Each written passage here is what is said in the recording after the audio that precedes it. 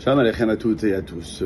À la demande de beaucoup de nos fidèles, nous allons faire une petite révision pour ceux qui ont déjà eu le bonheur d'étudier et pour ceux qui n'ont pas eu ce bonheur arrive à vous aujourd'hui par une révision qui va se faire sur plusieurs jours des halachot, les lois relatives aux fêtes de Tishri qui arrivent à grands pas, puisque dans 3 semaines, nous serons bien Hashem le premier jour de Rosh Hashanah. Chaque fête demande une préparation, pas uniquement physique, pas uniquement culinaire, mais surtout spirituelle.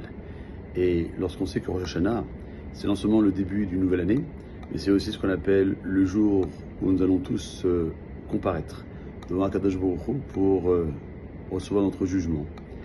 Là, on se doit de préparer nos dossiers pour savoir qu'est-ce que je peux dire à Hachem pour me défendre, pour essayer de prendre conscience que jusqu'à maintenant je ne savais pas, que je fautais, même des fois volontairement.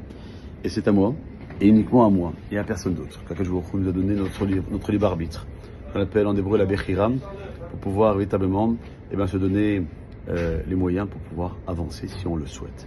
Alors cette préparation de Rosh Hashanah, de Yom Kippour, se traduit par plusieurs actes. Un qui a commencé depuis une semaine sur le monde Sepharad, ce sont les Selichot. Les Selichot, des prières, on demande pardon, on demande beaucoup de Rahmanim, de miséricorde de la part d'Akadosh Baruch Hu pour nous aider à faire Teshuvah, pour nous pardonner des fautes, évidemment, si on est conscient d'avoir fauté, et de pouvoir donc se préparer à cette fête de Rosh Hashanah de Yom Kippourim. Et bien faire en sorte que les Selichot font partie de cette préparation spirituelle.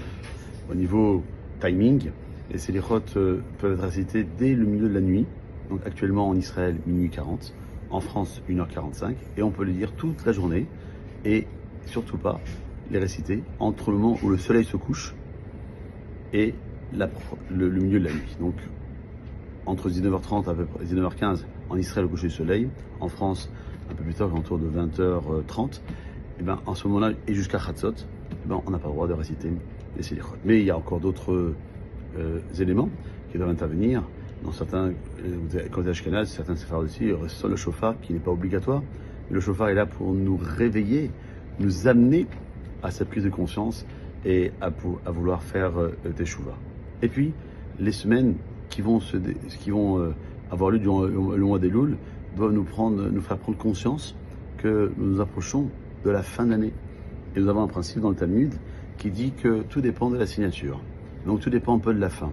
Lorsque on prend conscience qu'on faisait par exemple les brachot pour manger ou pour boire de façon un peu automatique ou en avalant des mots, en ne prononçant pas correctement les mots de la bracha en question, et aujourd'hui je prends conscience de cela, je vais m'y attacher, m'y atteler, et c'est difficile parce qu'on a été habitué à prononcer d'une certaine façon Sheakol Niya Bibaro, non, Sheakol Niya Bidvaro. On va prendre du temps, ça va être difficile, mais tout avec la sablanout, avec la patience, nous arriverons à arriver tôt ou tard à bien prononcer, et c'est valable pour chaque acte de mitzvah que je dois faire, que ce soit des mitzvahs vis-à-vis d'Akadosh Baruch Hu ou vis-à-vis de mon prochain. Voilà pour aujourd'hui. Merci à Hachem. La suite demain. Passez une bonne journée.